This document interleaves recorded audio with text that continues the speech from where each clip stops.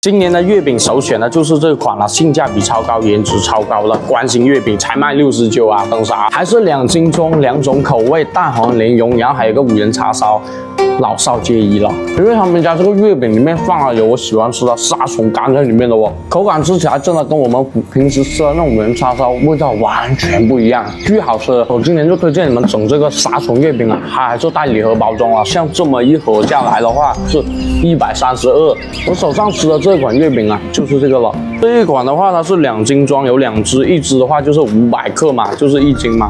它用料还是挺扎实的，配料表也是蛮干净的，保质期有45天。小伙伴们可以看一下这个配料表，我觉得还是蛮 OK 的，送礼自家人吃非常棒。如果没吃过他们家月饼，可以买一个尝鲜一下，有一款38的这么一小盒，也是带礼盒包装哦。能看到这个包装真的是很亮裸，看到吗？哇，紫色的，也是保质期45天，2种口味。然后带你们看一下里面，一个5仁叉烧，一个是蛋黄莲蓉的。说实在的，这个包装很值得这个价格啦。视频到此为止了，下期再见，打包回家。